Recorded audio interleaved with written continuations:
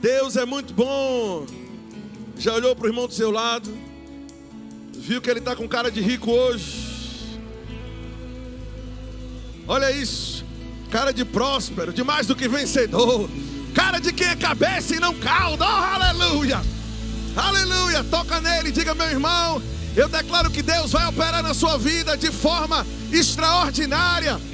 Diga para ele: eu estou liberando, como profeta do Senhor, portas abertas. Oh, aleluia. Quem crê nisso aqui nesse lugar, dá um brado de louvor. Aleluia. Oh, glória a Deus. Deus é bom em todo tempo. Eu estou feliz com o Senhor. Estou feliz porque o capeta perdeu. Amém. Aleluia. E nós fomos colocados em um lugar de triunfo, muito acima, a Bíblia diz, de todo principado, de toda potestade e de qualquer nome que o inferno invente, não somente no século em que foi escrito isso, mas também no século que nós estamos vivendo e também nos vindouros. Nós estamos por cima e não por baixo. Amém. Glória a Deus. Então, eu vou deixar o pessoal descer hoje, vou deixar só Elinho comigo. Você empolgou. Eu sei que quando eu falei, vou deixar o pessoal descer e chegar. Mas fica aí, varão, que eu já passei por isso. Amém, graças a Deus. Quem louva a Deus pela vida de Elinho? Homem, oh, tá vendo? Tem colheita, varão. Glória a Deus. Então, se conseguir colocar um pouquinho mais de retorno aqui, eu faço um pix para tu no final do culto. Olha como ele correu, olha como ele correu. É brincadeira. Crente é brincadeira não, velho. Oh, aleluia. Ah, já botou? Não, então o pix já foi. O pix é para ele. Perdeu a bênção, varão. Amém, glória a Deus. Então, sempre é muito bom estarmos na casa do Senhor. Esse é um lugar de segurança para nós, amém? Onde nós aprendemos a palavra dele. Tem alguém aqui nesse lugar que ama a palavra do Senhor? Ela é lâmpada para os seus pés, ela é luz para os seus caminhos. Essa palavra já te livrou de alguma furada, já te livrou de algum problema. Essa palavra já restaurou algo na sua vida. De alguma forma, essa Bíblia, essa palavra já te tocou. Porque ela apesar de ser composta por palavras, Deus soprou nesse livro aqui. Tudo que foi escrito, Romanos capítulo 15, verso 4, foi escrito para o nosso ensino. A Bíblia diz que toda a escritura é proveitosa para nos dar uma vida saudável, para nos corrigir na justiça. Então, quando eu conheci o Rema, graças a Deus pelo Rema, no ano de 2010, eu aprendi que e está escrito, sempre teve, só não conseguia ter revelação enquanto lia. Mas, basicamente, eu tomei para mim as palavras que Deus falou para Josué. Se você seguir a sua vida de acordo com esse livro, eu posso te prosperar. Amém, aleluia. Fala para o seu irmão: se você seguir exatamente como está escrito, diga: não há porta que vai permanecer fechada. Não há problema tão grande, não há gigante tão forte, não há muralha tão alta, não há porta tão espessa. A palavra de Deus é capaz de romper qualquer problema. E estar alinhado com ela, ter a nossa vida alinhada com ela, é o que nos dá segurança, é o que nos dá força para permanecermos de pé. Se estamos de pé, porque Deus está cumprindo aquilo que Ele disse. Deus nunca voltou atrás em uma palavra que Ele falou. Ele é fiel para cumprir aquilo que Ele disse. Você está entendendo isso? E o nosso Deus que nunca falhou, Ele não vai começar a falhar agora. Deixa eu te dizer uma coisa: Ele não falhou com Abraão, não falhou com Isaac, não falhou com Jacó, Ele não falhou com Davi, não falhou com Salomão, Ele não falhou. Qualquer pessoa que andou de acordo com os estatutos e princípios de Deus, teve aquilo que Deus colocou como proposta, e Deus continua trabalhando da mesma forma. Diga comigo: a palavra de Deus é o meu padrão. Diga de novo: a palavra de Deus é o meu padrão. E essa semana, enquanto eu estava pensando a respeito, na verdade um pouco antes de saber que iria ministrar, eu estava pensando e conversando com algumas pessoas. E sabe que quando Paulo fala, os da casa de Cloe me contaram algumas coisas, é porque às vezes nós somos impulsionados pelo Espírito para falarmos algumas coisas, e às vezes apenas por informação do Espírito, e às vezes nós sabemos de algumas coisas, e como liderança nós temos a responsabilidade de trazer de nos colocar em um lugar seguro, amém? Trazermos orientação, exortação, mas não exortação no sentido, né, de descer a vara. Exortação nunca significou isso. Exortação é trazer para perto, está entendendo? Levantar, promover, mostrar o excelente, pegar os olhos da pessoa e mostrar as melhores opções. Exortação é isso.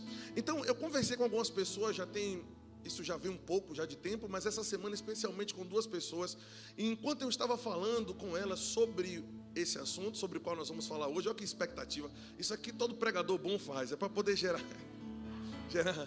estou brincando, é apenas para te explicar porque nós vamos falar o que nós vamos falar hoje, amém? E quando eu percebi aquelas pessoas falando aquilo para mim, o argumento muito bonito, muito arrumadinho, eu lembrei do que o apóstolo Paulo falou, se não me falha a memória, em 1 Timóteo, logo no capítulo 1, quando ele fala, Timóteo, quando saí de Éfeso, eu te roguei que permanecesse lá, para que admoestasse as pessoas que não pregassem outra doutrina.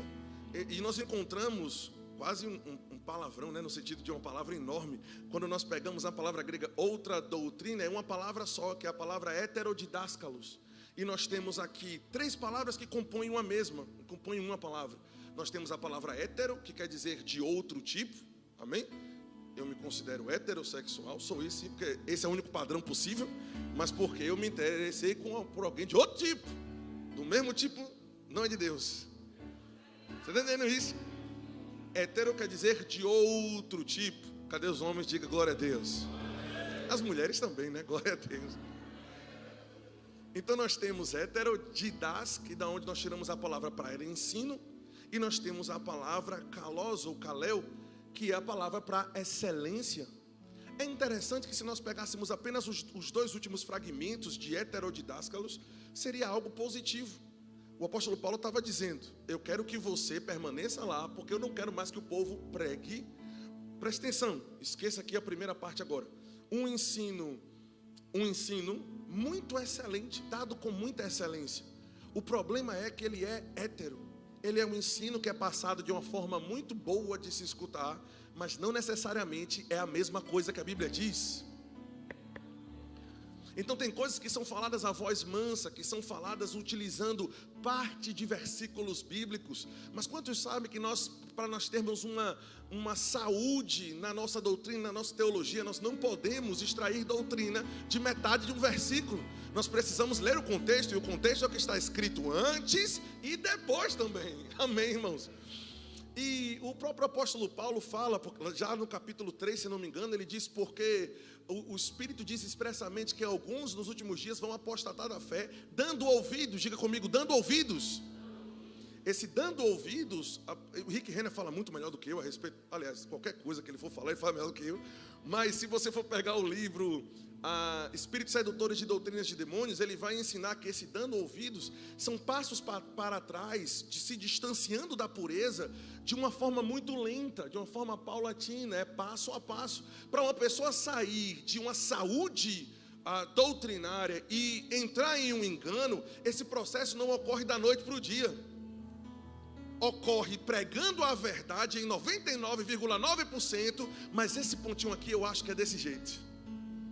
Então a verdade, a pessoa vai mudando 1%, muda 2%, muda 3%, e quando vai ver, entraram doutrinas de demônios que estão tirando a saúde do povo de Deus. Hoje à noite nós vamos falar sobre graça. Oh, glória a Deus. Quem aqui já foi alcançado de alguma forma pela graça de Deus? Se você se considera nascido de novo, a graça já te tocou de alguma forma, você já foi alcançado. Quantos aqui já passaram por situações que você disse... Aliás, às vezes nós usamos essa forma de falar de uma forma errada, né? Tá como? Estou pela graça. A pessoa quer dizer, né? Quando você viu pessoas falando dessa forma, como se está pela... Irmão, está pela graça. É a melhor posição, quer dizer, o ponto mais alto de sucesso na sua vida. Amém, é onde você não faz as coisas pela força do seu braço, pela sua influência, pelos números na sua caderneta, na sua agenda. Amém, onde você vive uma vida não dependendo apenas do seu contra-cheque, do que a sua conta bancária diz. Você vive a sua vida pelo impulsionar dos braços de Deus. A graça é uma força emprestada da parte do Senhor, que nos tirou do império das trevas e nos levou para o reino do Filho do seu amor. Todavia, essa é a graça salvífica, o salvadora. A graça que nos salvou, a graça de Deus manifesta em Cristo, é apenas uma parte de todo um elencar e um acervo e facetas da graça de Deus e de como ela opera em nossa vida.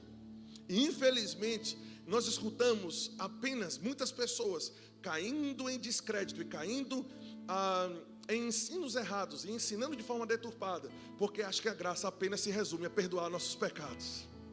Amém. Meu Deus, eu gosto de estudar a Bíblia, você gosta também? Então nós vamos passear um pouquinho hoje pela palavra de Deus e nós vamos sair daqui. Eu sei que eu gosto de correr, de dar manto. Você já percebeu que mesmo eu tentando ensinar, de vez em quando eu ligo um 220 aqui, a gente vai dar um manto aqui, um terra, como é que você queira chamar, deu para entender, aleluia. Mas irmãos, eu quero fazer o que faço, sabendo por que faço o que faço. Amém. E púlpito, além de inspiração, também é um lugar de se pregar doutrina. Então dê graças a Deus, porque a sua igreja pensa em tudo, amém? Glória a Deus, bom demais. Então, a primeira coisa que precisamos entender é que a graça, ela não é um assunto específico, exclusivo do Novo Testamento. Na verdade, o Antigo Testamento, nós já vimos a palavra graça aparecendo diversas vezes. A primeira vez foi o que deu título a um livro que eu escrevi, Gênesis capítulo 6, se eu não me engano, verso 5.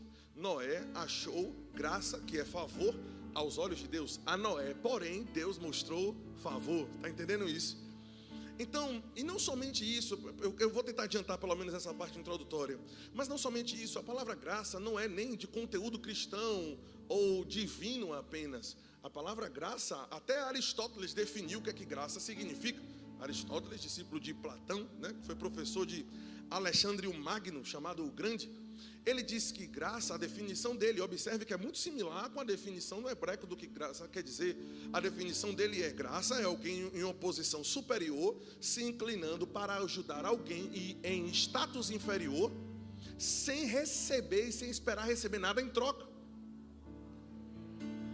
Aleluia. Deu para dizer que Aristóteles foi guiado? Estou brincando, pelo amor de Deus.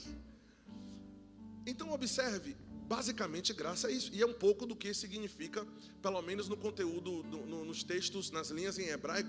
A graça é Deus se inclinando para nos ajudar de alguma forma, sem esperar receber nada em troca. Quantos aqui já assistiram, para ficar mais leve um pouco, e você rir um pouquinho, e sair daqui dizendo que a pregação foi boa? Quantos aqui já assistiram o filme Denis o Pimentinha? O pastor enche o saco de Wilson. Toda vez que o pastor entra pela sala, ele fala: Senhor Wilson, que era Denis chamando o Senhor Wilson. E tem uma cena desse filme interessante, rapaz. Tem uma cena desse filme que, quando eles estão saindo da casa da senhora Wilson, tem um momento onde ela enche eles de biscoito. Antes de sair, ela dá... Eu vou dar um exemplo, mas você pega o conteúdo por detrás, meu irmão. Não pense em biscoito e coisas que vão te distrair agora, não. Mas observe, ela enche eles de biscoito, e está ele e um outro menino do lado, em um dos filmes. E aí o menino pergunta, quando está saindo com a mão cheia de biscoito, ele diz: oxe, o que foi que a gente fez para receber esse biscoito todo? E aí, Denis sendo guiado. Denis diz o seguinte: nós não recebemos o biscoito. Eu estou parafraseando, que eu não estou lembrando bem as palavras, mas basicamente o que ele quis dizer foi isso. Não recebemos o biscoito porque a gente fez nada.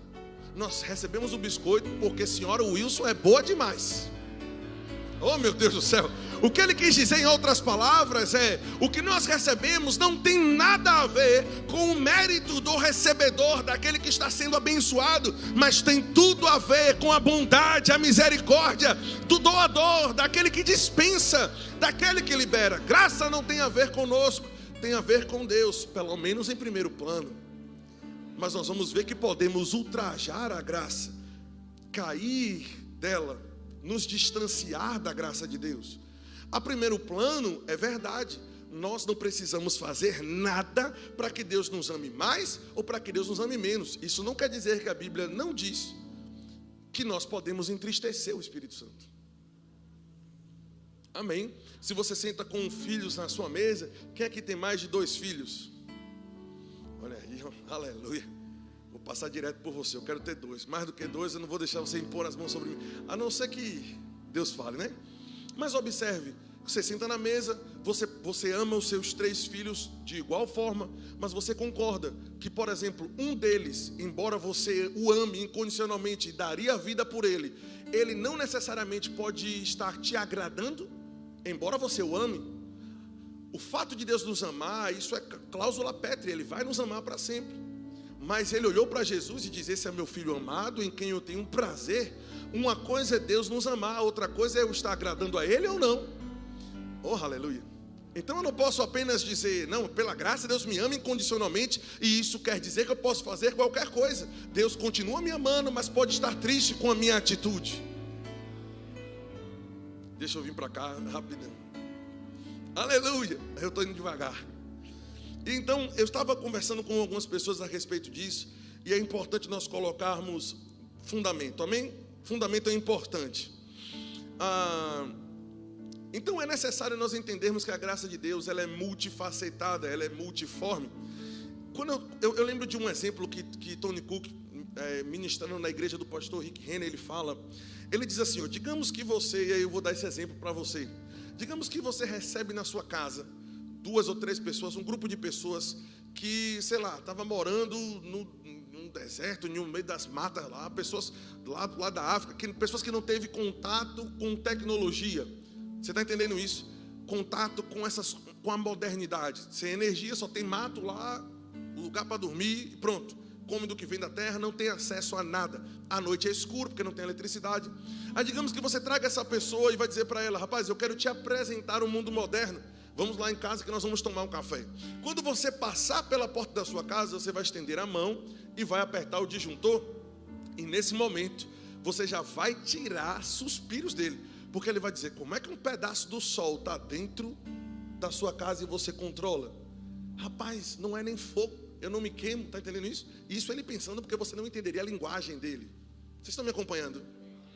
Ok.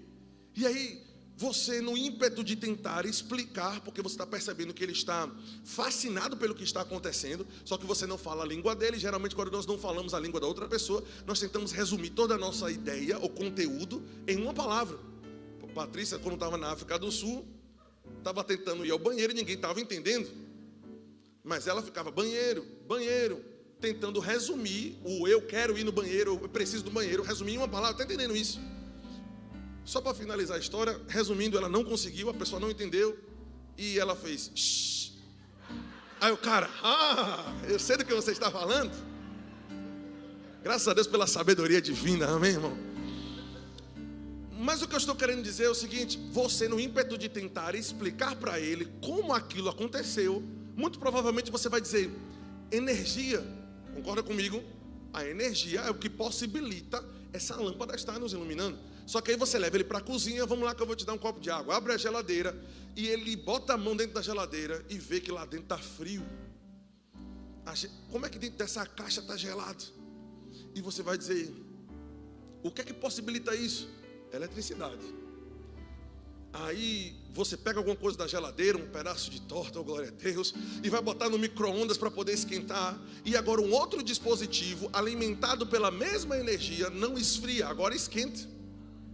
E ele vai se ver a fumaça saindo e vai ficar. E aí, para você estourar a cabeça dele de uma vez, você leva ele para a sala, senta ele no sofá e liga a televisão. Como é que dentro de um negócio desse tamanho tem pessoas ali? E você só vai conseguir dizer: está ligado na energia. É a energia que possibilita. É a energia passando pelos dispositivos específicos de cada equipamento que possibilita ele fazer o que ele está fazendo. Você está entendendo isso? Então a mesma coisa vai funcionar se você for ligar o ventilador, o ar-condicionado, e por aí vai, você vai passar o dia surpreendendo ele pela multiforme capacidade da energia. Então, quando você conseguir falar o idioma dele, você vai explicar e você vai conseguir dizer o seguinte: a energia é uma força, uma capacidade que nós não conseguimos ver. Dá para sentir, mas não dá para ver. Nós não conseguimos ver, que vem de uma fonte externa. Irmãos, eu estou comparando a energia com a graça. É isso que eu estou querendo fazer, tá? Ok, já contei o final no começo. Vem de uma fonte externa que alimenta diversos dispositivos. Uma hora a energia me possibilita luz, Ao mesmo tempo, ela resfria os alimentos a fim de preservá-los. Ao mesmo tempo, a mesma energia alimenta o dispositivo que esquenta, ou me mostra alguma coisa, ou me atualiza no que está acontecendo. Você está entendendo isso? A mesma força sobrenatural, porque é impressionante como a energia funciona, alimenta diversos dispositivos. Assim é a graça de Deus. É uma capacitação, uma força sobrenatural que não apenas te energizou, porque a palavra ali usada para levantar Cristo entre os mortos é energon, que vem da palavra energia. Não apenas nos tirou de dentre os mortos, mas agora ela quer alimentar os outros dispositivos. A graça quer te ajudar a servir, quer te ajudar a perdoar. A graça quer te ajudar a amar. A graça quer te ajudar. Oh, aleluia! Eu já estou pregando tudo. Eu vou falar ponto por ponto. Eu estou empolgado hoje. Amém. Então nós estamos aqui para poder termos equilíbrio. Ah, pastor, o senhor falou sobre pessoas pregando outra doutrina, que o apóstolo Paulo colocou Timóteo lá para poder repreender, admoestar essas pessoas que estão se afastando paulatinamente, progressivamente, se afastando do evangelho. Qual é a solução? O próprio apóstolo Paulo dá no capítulo 4 de 1 Timóteo, ele dizendo: ensinando essas coisas, serás bom ministro de Cristo. Nós não temos tempo de ler o contexto, mas sabemos que é por meio do ensino que o ministro é qualificado e chamado de bom por Deus, por Cristo. Essa palavra ensinando essas coisas, rupostine, quer dizer colocar um fundamento por debaixo. Antes de nós levantarmos esse prédio, o fundamento foi colocado primeiro, então as paredes foram colocadas. Não é da mesma forma com alguém que nasceu de novo. Presta atenção, no caso do prédio, primeiro o fundamento é colocado e depois o prédio vem a existir. No novo nascimento, primeiro o crente nasce como criança e agora precisa de fundamento. E o apóstolo Paulo diz para Timóteo: se você precisa ensinar as verdades e os fundamentos bíblicos, colocando fundamento por baixo das pessoas que nasceram de novo, para que Jesus Cristo diga: você é um bom ministro. Amém? Então colocar fundamento é muito importante. Vamos adiantar que eu tenho algumas coisas aqui ainda para ler junto contigo. Então diga comigo: a graça de Deus é multiforme. Diga: tem muitas faces. Aleluia. Eu quero que você abra comigo, por favor, ou caso não queira, João capítulo 1, verso 16. Eu vou ler esse texto na versão amplificada. Eu acho que vai nos dar uma clareza maior. Esse texto na versão amplificada, João 1,16. Não tem em português ainda, mas eu fiz a tradução. Diz assim: e da plenitude de Cristo, da sua superabundância, da sua graça e da sua verdade, todos nós temos recebido graça em cima de graça, bênção em cima de bênção, favor em cima de favor e dom em cima de dom. Da plenitude de Cristo. Eu vou tentar exemplificar isso como a maior parte dos doutrinadores e dos teólogos tem definido graça já pelo menos há centenas de anos para cá. Ele diz que uma das formas de entendermos esse aspecto de graça sobre graça é como se nós estivéssemos bem na linha do mar na praia, em pé, como nós estávamos lá tirando foto ontem, e de vez em quando, né? Como tinha uma elevação, não acontecia todas as vezes, mas imagine uma terra plana, aplainada e o mar ali. Vez por vez nós tínhamos que nos afastar, porque toda hora a onda vinha e tentava molhar o nosso pé. E desde que o mundo é mundo, desde que o mar é mar, se você ficar em pé ali, a onda vem e molha, depois volta e molha de novo. E se você for lá na praia agora, ela está indo e está voltando. Uma das definições que os doutrinadores dão para a graça, já no grego, no Novo Testamento, é essa. É como se você estivesse em pé e Deus não para de molhar e de alcançar a sua vida. Um dia Ele opera no casamento, outro dia Ele opera nas finanças, outro dia Ele opera a cura, outro dia Ele opera... Deu para entender isso? É como as ondas da praia batendo no seu pé e volta, depois bate de novo e volta. E assim como as ondas da praia não param de ir e voltar, o favor e o braço estendido de Deus sempre vai lá e nos resgata. Mas precisamos ter equilíbrio para apenas não olharmos para a graça como apenas no aspecto ou apenas em um aspecto de salvação. Às vezes cometemos esses erros, e ao conversar com essas pessoas eu percebi que esses erros surgem, às vezes, por pensarmos apenas de uma forma, né? às vezes, irmãos, nós já temos uma ideia pré-concebida e nós queremos achar versículos soltos na Bíblia que deem base ao nosso pensamento, mas nós não devemos tentar desfragmentar textos bíblicos a fim de dar base ao que pensamos. Nós que precisamos mudar o nosso pensamento conforme a Bíblia diz. Oh, aleluia. É o nosso pensamento que muda, nunca a palavra de Deus. Então, por exemplo, tem pessoas que não compreendem, às vezes, os aspectos legais e vitais da salvação. Como assim, pastor? Quem é salvo aqui? Quem é salvo e tem certeza diz amém. Presta atenção. Pastor, essa resposta é verdadeira? É. Mas de acordo com alguns versículos é incompleta. Nós somos salvos e estamos aguardando a salvação. Eu poderia dar vários textos, mas, por exemplo, quem são os anjos? A Bíblia diz no livro de Hebreus: não são eles espíritos ministradores enviados a serviço daqueles que hão de herdar a salvação? Isso quer dizer que em um aspecto legal, eu já fui salvo e Deus me enxerga como salvo, através da fé no sacrifício vicário de Jesus, sacrifício substitutivo. Ele tomou o meu lugar, então eu fui salvo, mas ao mesmo tempo eu estou aguardando a salvação. Tá. Outro exemplo, santificação. A Bíblia não chama de santos, né? Escreve isso, leva essa carta aos santos que estão em Tessalônica. Hebreus capítulo 3, verso 1. Santos irmãos, participantes da vocação celestial. Então, em um aspecto legal, eu sou santo e Deus me enxerga dessa forma. Mas se eu não me engano, no capítulo 10 de Hebreus diz que Cristo Jesus, com apenas um sacrifício, aperfeiçoou para sempre aqueles que estão sendo santificados. Em um aspecto legal, no aspecto da justiça, eu sou santo, mas no aspecto vital do dia a dia, no que diz respeito ao meu comportamento e minha vida, eu ainda estou em um processo. Está claro isso? Me afastando do pecado, fugindo do mal, não dando desculpa, porque a graça cobriu tudo, então vai fazer o que quiser. O fim disso aí não vai ser bom. Porque pela graça eu sou santo, é verdade, mas a Bíblia também diz que eu estou sendo santificado. Aleluia. Então, são aspectos que às vezes tem uma criança no manto aí, ó. Isso aí, ela orando em línguas aí. Então tem coisas que já são verdade, estabelecidas no reino do Espírito. Por exemplo, cura, prosperidade, são coisas estabelecidas legalmente por Jesus na cruz.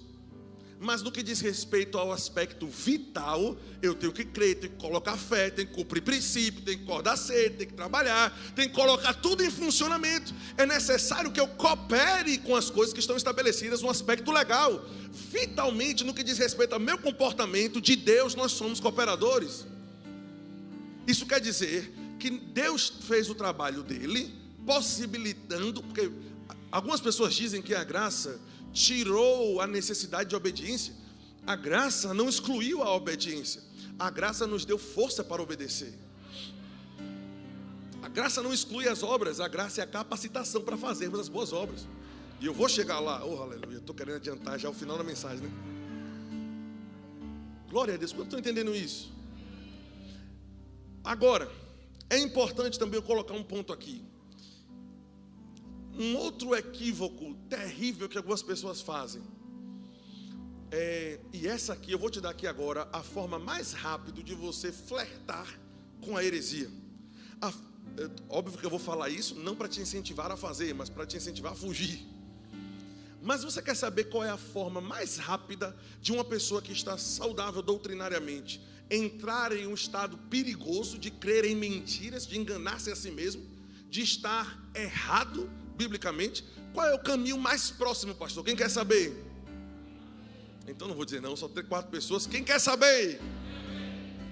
A forma mais rápida de sairmos de uma saúde doutrinária para flertarmos com uma heresia é pegar um assunto da Bíblia e exaltá-lo acima de outros. Pegar um assunto, um aspecto, como graça, por exemplo, e achar que tudo é graça. Isso é um perigo, porque não existe assunto mais importante na Bíblia, assim como não existe asa mais importante do avião. Aleluia. Pastor, fulano disse que está esperando isso, esperando aquilo. Eu disse a ele, pastor, que ele tem que crer.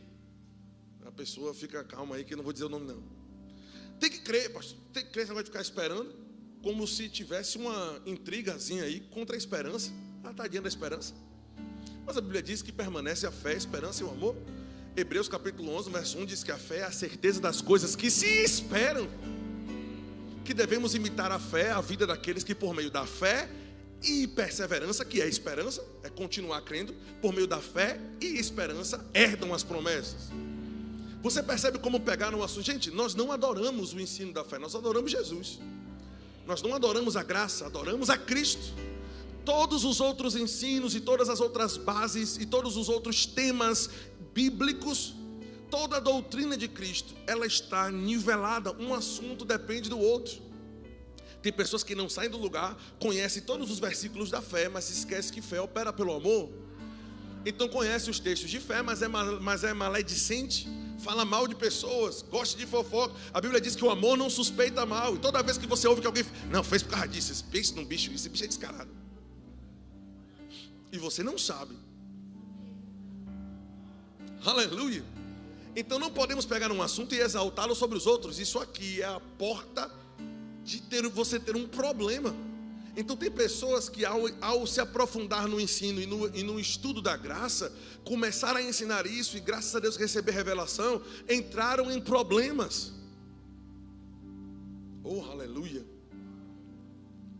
Sabe como uma das vantagens de nós virmos congregar? É porque hoje em casa e na internet nós conseguimos escolher o que nós vamos ouvir. E na igreja não, a dieta é equilibrada. É um perigo você só ouvir o assunto que você gosta. Eu vou dizer de novo, é um perigo você só ouvir o que você gosta. Porque ouvir o que não gosta, o contraditório nos amadurece. Meu Deus, palavras da salvação hoje à noite. Na igreja você não escolhe o ministro, você não escolhe o assunto, você não escolhe o tema. Quem está precisando ouvir sobre conserto, sobre santificação, às vezes só quer ouvir, ele me perdoou, mas tem que lembrar também que existe da parte de Deus uma expectativa de que a salvação que explodiu no meu espírito seja compartilhada para as minhas obras. Deus não julga, entenda, como o homem julga, mas nós estamos em uma terra cheia de homem. E o homem precisa ver as ações. Ele diz que o mundo vai crer que Ele nos enviou quando nós amarmos uns aos outros, por exemplo. Então, eu não tenho como dizer que dentro de um assunto de graça é tudo imerecido. Isso é um perigo. Deixa eu te dizer uma coisa. Fuja de qualquer ensino, pregador ou qualquer lugar que você, entenda, que essa pessoa desmerece a importância do equilíbrio. Nenhum assunto da Bíblia deve ser pregado de forma radical, como se não tivesse fronteiras para aquilo. Um assunto da Bíblia encontra limite no outro. Aleluia. Gente, isso é muito importante. Mas vamos continuar aqui. Vocês estão sendo abençoados? Ok. Então precisamos de equilíbrio. Qualquer pessoa que pegar um assunto da Bíblia e colocar sobre os outros vai encontrar problema, vai sair da saúde espiritual. Aleluia. Isso com qualquer assunto. Se você pegar, por exemplo, o assunto da prosperidade e achar que é só isso que a Bíblia quer falar, e você achar que Deus é um gênio da lâmpada, que só está esperando você fazer um pedido para você esfregar uma lâmpada e Ele te dá aquilo que você quer, você vai entrar em crise. Porque eu não estou dizendo que prosperidade não é a vontade de Deus para nós, é? Você está entendendo? Mas presta atenção, Deus às vezes não, sempre, Ele está mais preocupado em quem nós nos tornamos do que com aquilo que nós temos. Embora Ele é galardoador daqueles que vão amadurecendo. Nós aprendemos no livro de Gálatas que o acesso à herança total chama-se maturidade. O que é maturidade?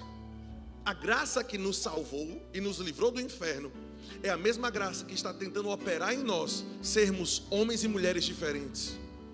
Que consigamos demonstrar Jesus em nossas ações. Não podemos achar apenas que a graça nos livrou da morte para a vida. Eu vou te dar os textos bíblicos para isso.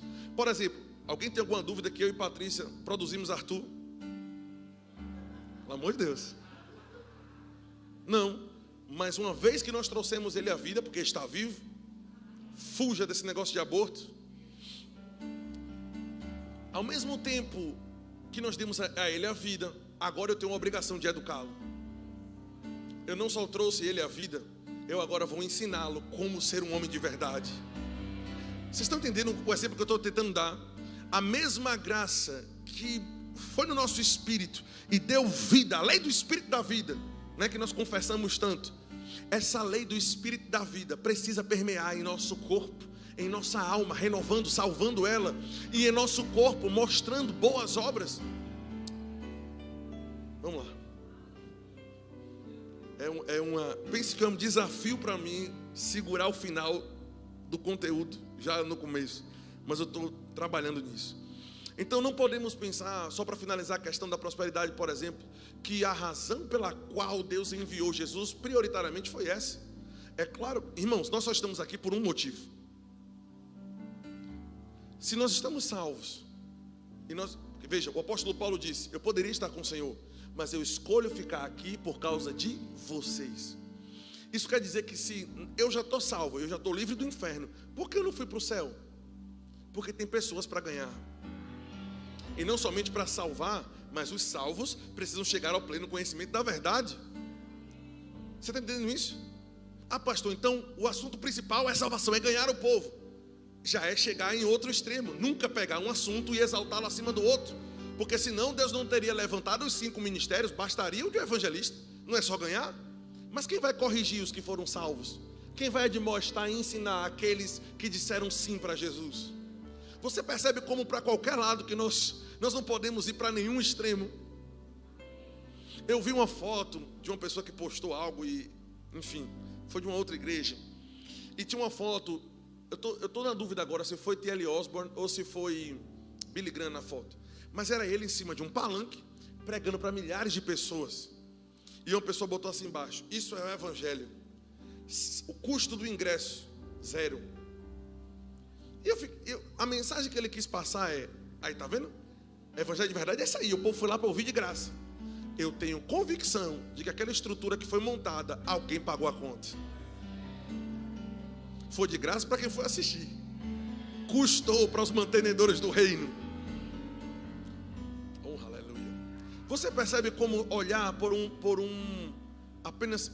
Eu vou explicar o que eu estou querendo dizer aqui com uma história. Uma vez eu ouvi uma pessoa que contou uma história que pegaram pessoas cegas, 4 ou 5 cegos, e levaram ele diante de um animal que eles nunca tinham visto, não sabiam como era, que era no caso do exemplo era um elefante, e colocaram um dos cegos na frente do rabo do elefante, outro na frente de uma das pernas, já é cego e não sabia qual era o formato do elefante, está entendendo isso? Outro ficou na frente da barriga do elefante, outro ficou na frente da orelha e outro ficou na frente da tromba. E no final, depois de apalpar, perguntaram para eles: como é o elefante? E aí um disse: rapaz, o elefante parece uma mangueira, né? Tentando associar com algo que eles conheciam. O outro que estava na frente da perna disseram: não, o elefante é como uma árvore de pequeno calibre, uma árvore pequena, parece um tronco. O outro, não, o elefante é tipo uma parede, mas meio curva, meio abaulada, não sei como é que você chamaria isso. O outro, não, o elefante é como uma folha grossa de carne. O outro, não, o elefante é como um tubo encurvado que estava pegando na tromba. Quem está errado? Ninguém, só estão incompletos. Porque não tem a imagem total, eles não conseguem entender a verdade de uma forma total. Você percebe que enxergar uma situação apenas por um prisma vai necessariamente nos levar a cometermos equívocos em qualquer área da vida? Teve uma pessoa, por exemplo, que me contou, eu ouvi essa história há muito tempo, inclusive foi uma pessoa do nosso ministério, se eu não me engano, que estava viajando em um lugar e encontrou, estava no aeroporto, eu não me lembro agora o nome da cidade, mas no canto tinha um dos funcionários da companhia aérea, ou era um garçom, não sei, mas uma pessoa no canto chorando muito, e ela se sentiu compelida a ir lá, falar com aquela pessoa. E aí chegou, falou: por que você está chorando? Estou aqui para te ajudar, estou aqui para te servir.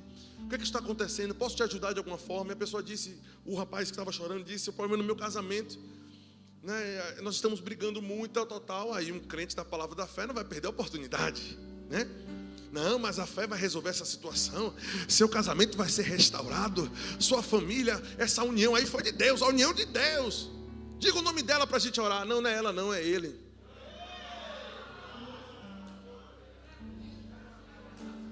Você está entendendo? Como não saber o todo nos coloca em problemas. Oh, aleluia. Daqui a pouco está o cabo dizendo, não, Deus vai restaurar meu casamento. Um cara, negócio do capeta. Então, esse mesmo princípio aplicado em um assunto bíblico funciona da mesma forma. Precisamos ter a visão total, amém? Eu acho que isso aqui já ficou claro. Já consegui mostrar a importância de nós termos essa amplitude, né? De enxergarmos. Agora, eu queria que você fosse comigo, por favor, para Hebreus capítulo 12, verso 28. Quem está sendo abençoado nessa noite? Aleluia. Então, até agora, nós estamos basicamente defendendo que a graça que nos alcançou para nos justificar do pecado e nos perdoar é a mesma graça que tem que molhar todas as áreas da nossa vida, né?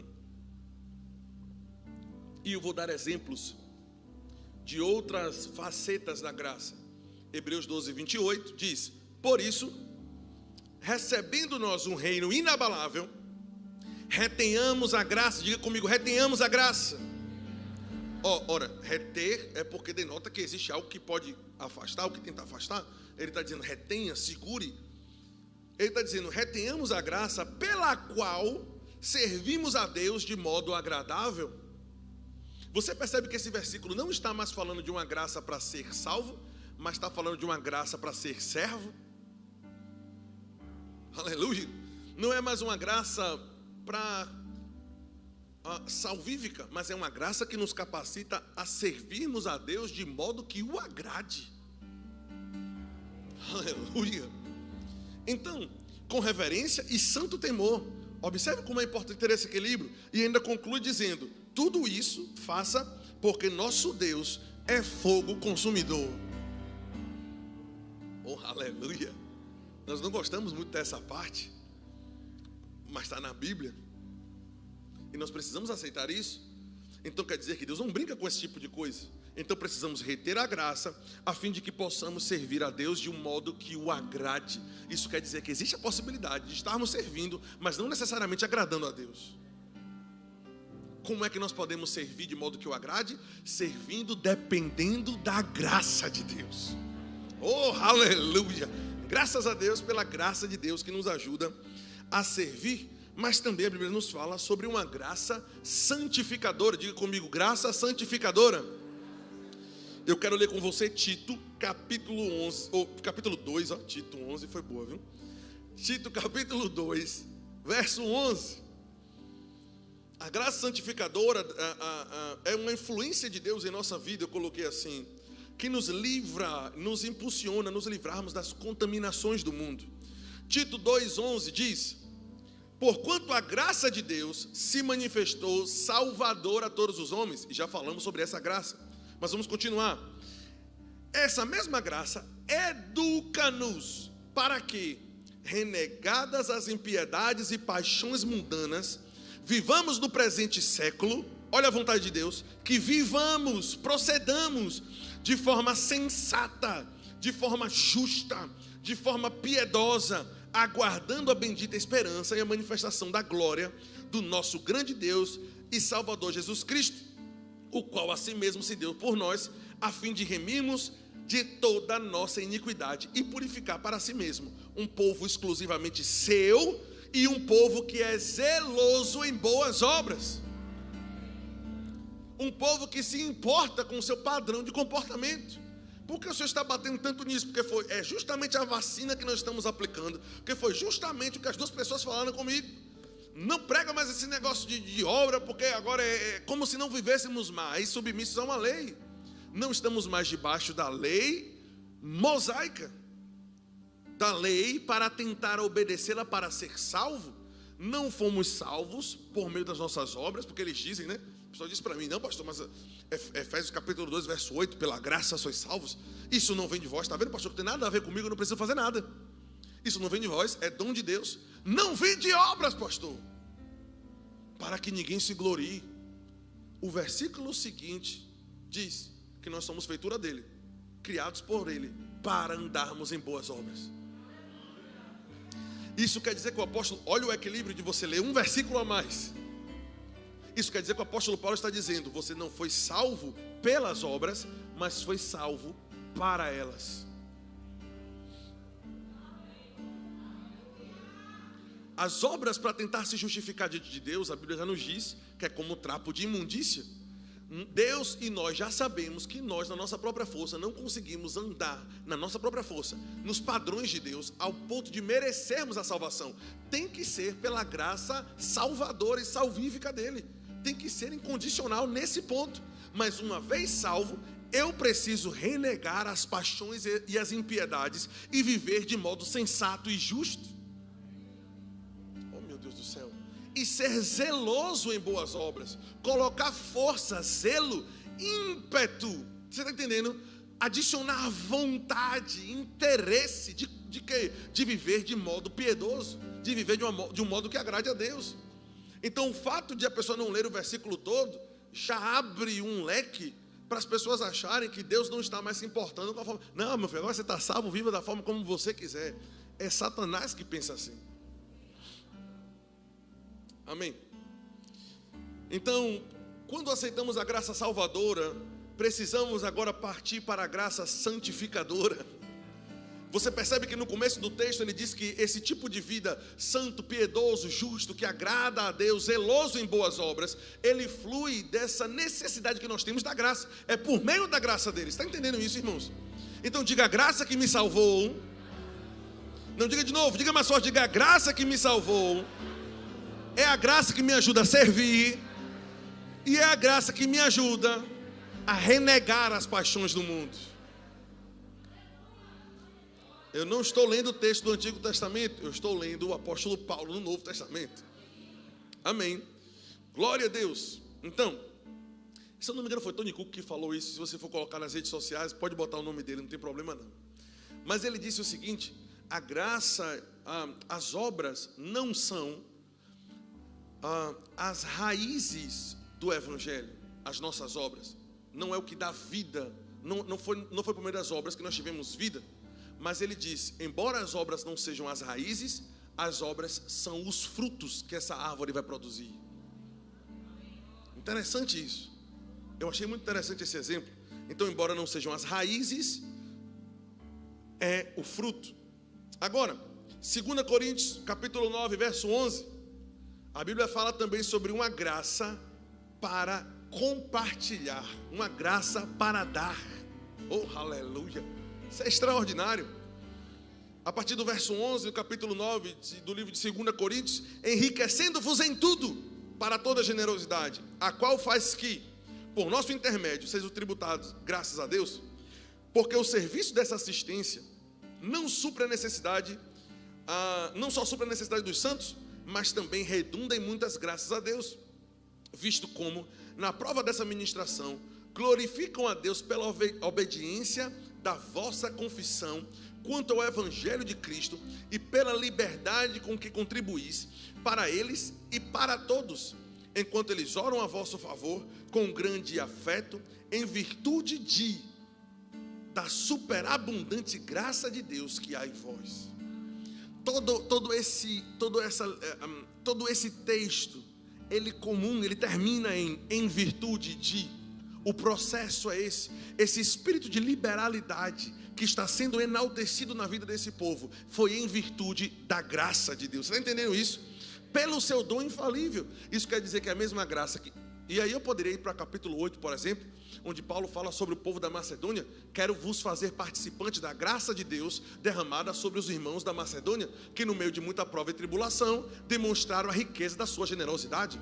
E Paulo, presta atenção, Paulo dizendo, querendo mostrar a riqueza da generosidade, ele disse: eu quero comentar com vocês. O título da pregação foi sobre a graça que Deus derramou sobre esse povo. No meio do aperto, a graça capacitou eles, ainda no aperto, a ofertar. Aleluia. Então você percebe que a graça que nos salvou é a graça que, obviamente, que nos perdoou, é a graça que nos santifica, é a graça que nos dá força para vivermos afastados das paixões desse mundo, também é a graça que nos dá força para compartilhar. Pastor, eu não consigo, eu sou mão de figo, eu sou seu nonô. Pastor, se eu pegar um sorrisal e eu nado daqui, como é, aí para ir para a ilha aí, como é que chama? Mar Grande aí, chego lá com um bicho seco na mão. Por que não abro a mão? A graça de Deus quer entrar no seu bolso. A graça de Deus, irmãos, quer permear a sua vida para fazer de você alguém doador, aleluia. Oh, glória a Deus. Como é que podemos pegar uma parte desse assunto e falarmos, não, agora somos salvos, está tudo certo, não preciso fazer mais nada. A pessoa chegou a dizer, por exemplo, não, se você pregar sobre dízimo e sobre oferta na igreja, você está sendo legalista. Aí disso aí, ele já disse que não precisava nem mais congregar, porque está todo mundo livre, a graça salvou. Disso aí, não, pastor, porque eu até aprendi, e uma pessoa de renome ensinando isso, porque eu ouvi tanto a pessoa ensinando, quanto ela me dizendo que a pessoa ensinou. Aleluia. Dizendo que não tinha nem mais necessidade de quando nós falharmos, nós pedimos perdão a Deus. Porque 1 João, no capítulo 1, verso 9, quando diz, se alguém pecar, deve pedir perdão a advogado, que esse texto aí está falando para os judeus. E tudo bem que inicialmente ele pode ter sido endereçado aos judeus, mas se faz parte do canon bíblico, serve para a igreja também. Oh, meu Pai do céu. Não, porque nós já fomos perdoados. Vá nessa. Eu sei que fomos, mas isso não quer dizer que eu não devo me arrepender. Não, porque eu estou em Cristo. Você acha que Jesus sabe o que quer dizer estar em Cristo? A pergunta pareceu idiota, mas eu vou perguntar de novo. Você acha que Jesus sabe explicar o que quer dizer estar em Cristo? Quer estar nele? É óbvio que a melhor definição pode vir dele.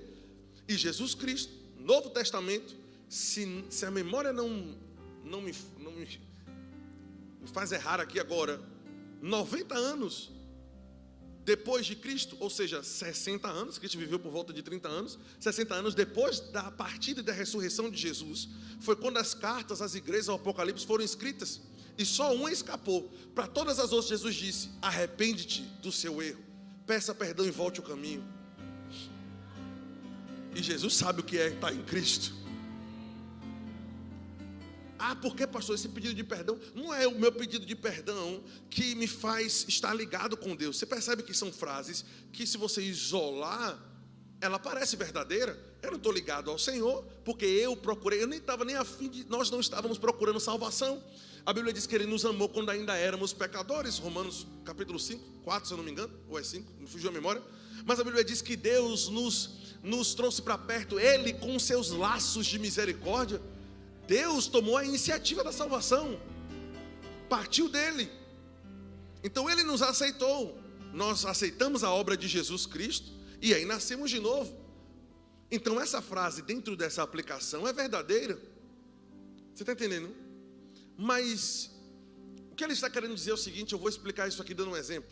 Eu tenho um documento em casa que prova que eu sou casado com Patrícia. Glória a Deus. Alguém tiver dúvida, Ele prova. Isso não quer dizer que todos os dias eu agrado Pati. Cadê os homens que de vez em quando, que dizem que é o tempo todo, mas é de vez em quando. De vez em quando nós somos um pouquinho cabeça dura. Eita, que os homens chegaram e fez, toca nesse assunto não, pastor. Está me arrumando um problema. Concorda, amor? De vez em quando, né? É bem raro, né? Deixa quieto. Presta atenção. Então, às vezes eu faço coisas que não agradam a ela. Você concorda comigo?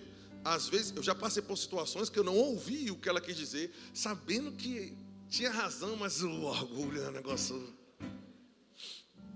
Sabendo que ela tinha razão, então eu não ouvi e isso entristeceu ela. Até porque quando um homem dentro de casa toma uma decisão errada, mesmo que a esposa o respeite como sacerdote, como cabeça, a consequência da decisão errada repercute na família toda, não é só nele. E é por isso que a gente tem que ouvir.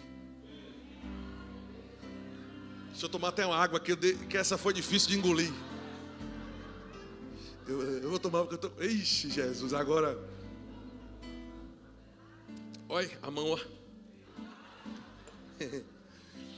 Então observe, quando eu falho com Patrícia, eu ainda tenho um documento provando que nós estamos casados, mas isso afeta a nossa felicidade, a nossa comunhão, embora estejamos juntos. Amém. Então, não é o meu acerto, as minhas boas obras em relação a ela, que me une a ela. A aliança foi feita, irmãos. Você está entendendo isso? Eu estou casado, mas eu preciso continuar vivendo para agradá-la. Não agradá-la ou fazer o que ela gosta para estar junto, mas porque eu estou junto. Aleluia. Então esse argumento dessa pessoa não se sustenta. Porque se você fizer isso, você está como se você estivesse querendo comprar comunhão com Deus. Eu não faço isso para ter comunhão com Ele, faço porque tenho comunhão com Ele. Ok. É muito importante termos equilíbrio, né, em todas as coisas. Eu quero ler mais alguns textos, bem rapidinho com você. Então eu já falei que as pessoas dizem que não estamos mais na graça, nós não estamos mais debaixo da lei mosaica, procurando salvação por nossas obras. Mas se tivéssemos mais tempo, nós iríamos aqui por vários versículos que eu tenho aqui. Mas a Bíblia fala, onde é que está a jactância, por exemplo? Ela foi excluída pela lei da fé. Estamos debaixo da lei da fé. Estamos debaixo da lei do amor. Romanos capítulo 8 fala sobre a lei do Espírito da vida. Deu para entender? Existe uma regra, existe padrão de vida, irmãos. Aleluia. Boa, né? Tito capítulo 3, a partir do verso 3. Eu estou quase concluindo. Mas ninguém fez. É porque deve estar agoniado para ir comer o pastel, né? Quem vai pagar é você hoje. Rapaz, eu senti aqui a confirmação. Tito 3, verso 3 diz: pois nós também outrora éramos nécios, desobedientes, desraigados, escravos de toda sorte de paixões e prazeres, vivendo na malícia, na inveja, odiosos e odiando uns aos outros. Quando, porém, se manifestou a bondade de Deus, nosso Salvador, e o seu amor para com todos, não pelas obras de justiça praticadas por nós, mas segundo a sua misericórdia. Isso aqui é a graça salvadora. Pela sua misericórdia, Ele nos salvou mediante o lavar regenerador e renovador do Espírito, que Ele derramou sobre nós ricamente, por meio de Jesus Cristo, nosso Salvador, a fim de que, justificados pela graça, e foi pela graça, e nós não estamos tirando isso aqui de cena, Ele diz, nos tornemos os seus herdeiros, segundo a esperança da vida eterna. Fiel é essa palavra. E quero que, no tocante a essas coisas, você, falando com o pastor Tito aqui, faça afirmações confiadamente, para que aqueles que têm crido em quê? No que está no contexto aqui, na salvação pela justiça, naqueles que têm crido, na salvação pela fé, né? Na justiça pela fé, para que aqueles que têm crido em Deus sejam solícitos na prática de boas obras. Por quê? Porque essas coisas são excelentes e proveitosas aos homens. Evita discussões insensatas, genealogias, contendas e debates a respeito da lei, porque não tem utilidade e são fúteis. Evita também o homem faccioso, é o desobediente, é o rebelde, né? Depois de admoestá-lo pela primeira e segunda vez, pois sabes que tal pessoa está pervertida e vive pecando e por si mesma está condenada. Aleluia. Então você percebe que já é o segundo texto em que, ao mesmo tempo que ele faz uma ênfase de que a salvação é pela fé, foi pelo amor de Deus, ele começa o texto esculhambando praticamente com a gente. Éramos nécios, impiedosos, estávamos perdidos, mas a graça salvadora se manifestou. Mas ele diz, pastor Tito, com muita veemência, explica para essas pessoas que foram salvas e justificadas pela fé, que elas devem ser zelosas em boas obras. Ou seja, que elas devem ter um interesse de que a prática de vida dela consiga mostrar Jesus para outras pessoas. Eu fui salvo pela graça e não pelas minhas obras, mas eu preciso andar em amor, eu preciso andar em perdão, Eu preciso andar em santificação, eu preciso fugir das coisas e das paixões desse mundo. Eu preciso renegar algumas coisas. Uma dessas pessoas, inclusive, de muito nome, teve a coragem de chegar, por exemplo, para um adolescente que pediu ajuda a ele porque estava com vício, fumando maconha, e as amizades incentivando, ele sempre caía nisso, e a pessoa foi pedir ajuda. Pregador da graça apenas em uma faceta. E aí o adolescente, rapaz, eu não sei como é que eu me livro disso, eu tô preso nessa situação. Ele disse, não, rapaz, tu pode fumar, porque assim, a graça, né, já, você está perdoado, você tem que entender isso. E uma vez que você está perdoado, o Espírito Santo vai trabalhando dentro de você. Você percebe o que o apóstolo Paulo falou, palavras muito bonitas, heterodidáscalos, é um ensino que as palavras são rebuscadas, as palavras são pensadas, as palavras têm uma beleza, tem uma retórica bonita, você está entendendo isso? O Espírito Santo vai trabalhando dentro de você, é Ele que opera em você, o querer e coisa do tipo. Um fragmento, geralmente a heresia vem no meio, um fragmentozinho de um versículo para parecer que é verdadeiro. Porque aos teus anjos está escrito, né? Os teus anjos dará a ordem do teu respeito. Pula aí de cima, Jesus. O diabo, tentando enganar a Cristo, usou um trecho bíblico. O fato do argumento da pessoa ter um trecho bíblico não quer dizer necessariamente que é verdadeiro. É verdadeiro se o que ela está dizendo encontra fundamento no versículo todo, tendo sido considerado o contexto anterior e posterior. É dessa forma que nós fugimos de heresia. Está entendendo isso? Apóstolo, nesse caso, deveria ter dito o que para esse menino? Óbvio que Deus ama ele, que isso é verdade, mas que se ele continuar, ele vai acabar com a vida dele. Que dessa droga vai para uma outra pior. Que ele precisa se afastar, renegadas as paixões desse mundo. Você precisa se afastar desse pessoal. Se você realmente quer ser livre, se afaste dessas amizades que te induzem a isso. Não anda com essas pessoas, não vai mais nessa festa. Muda suas amizades, aquilo que você se alimenta, aquilo que você permite entrar. Porque se eu não entrar no padrão de comportamento, eu não consigo nem chegar nessa amplitude de graça que vai dar força. Mas a vontade da pessoa, Deus nunca suprime o nosso livre-arbítrio. A graça é de graça, mas só recebe a graça quem quer receber a graça. O desejo e a vontade da pessoa está lá, você está entendendo isso? Então você percebe a importância de nós vacinarmos a respeito disso. Eu estou concluindo já. Vamos embora. Deixa eu terminar aqui. O negócio ficou sério, não foi? Oh, aleluia. Mas é importante, irmãos, nós colocarmos esses fundamentos aqui para nós não termos... E, gente, e se nós fôssemos entrar em todos os pontos aqui que eu consegui catalogar a respeito da graça e da... A Bíblia fala muito sobre ela. Eu vou citar apenas os tópicos, só para vocês terem uma ideia, e aí fica salvo na internet, você pode procurar. Mas a Bíblia fala sobre a superabundante graça. Diz que Deus é o doador de toda a graça, que Ele é um Deus de graça, que o trono dele é o trono de graça, que o Espírito Santo é chamado de Espírito da graça. A mensagem que nós pregamos é chamada do Evangelho da graça. Diz que Jesus era cheio da graça, que Jesus falava palavras de graça. Diz que pela graça Jesus provou a morte por todos nós.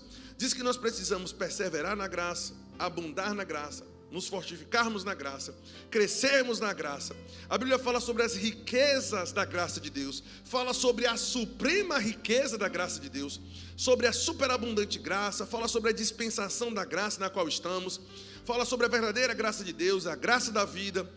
Diz que mediante a graça, né, por meio da fé, mas pela graça fomos salvos. Diz que a graça faz a promessa de Deus ser firme. Diz que Paulo ministrava pela graça.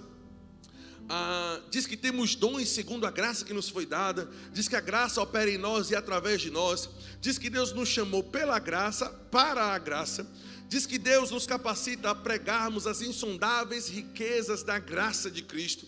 Diz que nós somos participantes da graça, devemos cantar com graça em nosso coração. Diz que a graça nos ensina e nos educa a vivermos em santidade. Diz que a graça nos socorre no momento de necessidade. Diz que pelo conhecimento da palavra de Deus temos a graça multiplicada. Diz que as pessoas podem receber a graça em vão. Diz que podemos ultrajar a graça, insultar o Espírito da graça. anular a graça, diz que nós podemos nos afastar da graça, diz que é possível se separar-se da graça. Diz também que pela pregação desequilibrada, um pregador, um ministro, pode transformar a graça de Deus em libertinagem. Então isso foi previsto nas Escrituras, que o ensino errado pode pegar o ensino da graça especificamente. Veja como a sabedoria de Deus conseguiu ver além e dizer: se o ensino da graça não for pregado direito, vai se tornar em libertinagem. Mas não terminou por aí não. Diz que a graça pode ser achada, diz que a graça pode ser manifesta, a graça pode ser derramada, recebida, vista, percebida, reconhecida, e por aí vai. Isso quer dizer que a graça não apenas nos salvou, a graça quer molhar cada área da nossa vida. Deus, eu estou sem força, peça a graça dele. A Bíblia fala sobre graça para reinarmos em vida. Os que receberam a abundância da graça e o dom da justiça reinarão, não é no céu, reinarão em vida. Oh, aleluia! Por meio de um só, a saber, Cristo Jesus. Ah, pastor, mas meu caso parece que o capeta... Quantos lembram do apóstolo Paulo? Espinho na carne, que alguns falam que é doença, mas o próprio texto, não precisa nem fazer uma exegese, o próprio texto diz: o mensageiro de Satanás enviado para esbofetear. Eram pressões, e aonde ele ia pregar a palavra, tinha gente levantada por Satanás. Mensageiro é ângelos, enviado, né? Pessoas enviadas pelo capeta para tentar parar o ministério do apóstolo Paulo. É normal, assistindo futebol você vê esse princípio. A marcação em cima do craque é sempre maior, irmão. Oh, aleluia. Você acha que na época do apóstolo Paulo, o apóstolo Paulo era o craque em campo ou não era? Ah, pastor, não sei. O Novo Testamento que a gente lê todo dia, foi ele que escreveu. Quase todo, pelo menos. Amém. Até Pedro disse há pouco: o que Paulo escreve é difícil, são coisas difíceis de entender. Isso quer dizer que não é só a gente que às vezes fica emboladão, precisa da graça para entender a Bíblia. Está entendendo? Isso não é um problema só nosso. Pedro passou por isso também, porque ele teve muitas revelações. Então Satanás levantava problemas. Qual foi a solução? Às vezes pensamos que a resposta que Deus deu, na verdade, foi Deus deixando Paulo de mão. A minha graça te basta. Eu já vi pessoas ensinando isso. A verdade, bem verdade, é que eu me lembro que uma vez eu já falei isso há muito tempo atrás, antes de conhecer o Remo. Eu já ouvi também de alguém falando, não estou sozinho não, mas já falei isso também. Que é como se Paulo estivesse dizendo: eu roguei 3 vezes ao Senhor. Deus, que pressão é essa? Que eu estou indo pregar a palavra e todo lugar tem uns encapetados tentando me parar. E aí, às vezes nós fazemos a leitura equivocada, como se Deus estivesse dizendo: rapaz, minha graça te basta. É como se essa resposta significasse: segura tua bucha aí, que eu não tenho nada a ver com esse negócio não, minha graça te basta. Mas na verdade, essa foi a resposta certa para o que ele precisava.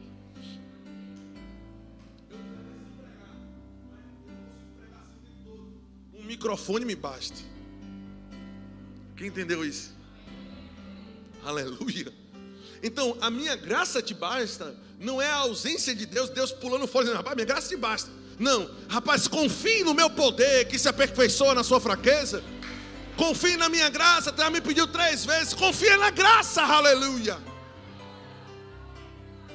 Aleluia. Precisamos, irmãos, por maior que seja o problema ou o buraco onde você está, levante suas mãos e clama pela graça de Deus. Senhor, me dá graça para perdoar. Senhor, me dá graça para continuar. Deus, eu estou me sentindo fraco, cansado, abatido. Eu não aguento mais. Me manda graça, aleluia.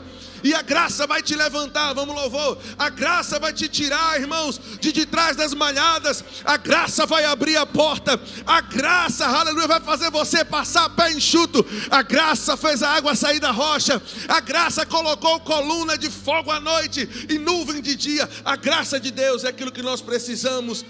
A graça que nos livrou do inferno. A graça salvífica apagou o nosso passado e garante o nosso futuro. Mas todas essas outras graças trabalham no presente. Diga comigo: graça no dia a dia. Diga: graça para trabalhar. Aleluia. Graça para amar, graça para viver, graça para andar mais uma milha. Oh, aleluia. Eu não gosto dela, essa mulher. Oh, Pai, me dá a tua graça. Pense que mulher boa, ó. Mudou. Porque quando a graça entra, a graça muda. A graça é o charis, a força emprestada de Deus. A graça é a mão de Deus nos lugares mais escuros. Meu irmão, deixa eu te dizer uma coisa pelo Espírito: confia na graça nesse ano. O favor da parte de Deus, que não somente te livrou do inferno, mas que quer abrir a porta que você precisa. Pastor, quando eu chegar lá, eu preciso de alguém que me ajude. A graça está enviando pessoas lá na frente. Eu vejo graça de Deus abrindo as portas. Todas as vezes que nós ensinamos um assunto, nós precisamos ficar com expectativas do mover de Deus a respeito desse assunto. Prega-se sobre cura, porque vai ter cura. Prega-se sobre unção, é porque Deus vai molhar o povo. E pregando sobre graça, se prepare para o sobrenatural. Se prepare. Aleluia, fica de pé no seu lugar, levanta suas mãos. Aonde você precisa de graça? Aonde você precisa de graça? Venha e beba de graça das fontes da salvação. Oh, aleluia. Irmãos, precisamos da graça do Senhor. É a graça de Deus. Foi a graça dele e é a graça dele que nos mantém de pé aqui. É a graça de Deus que mantém essa igreja aberta. Foi a graça de Deus que te preservou de 2 anos. E quantos mais tempo for de Covid, é a graça de Deus que te guardou até aqui. A mesma graça é o teu escudo que vai te levar até a linha de chegada. Você não está sozinho, meu irmão. Você tem a graça de Deus. Você consegue fazer.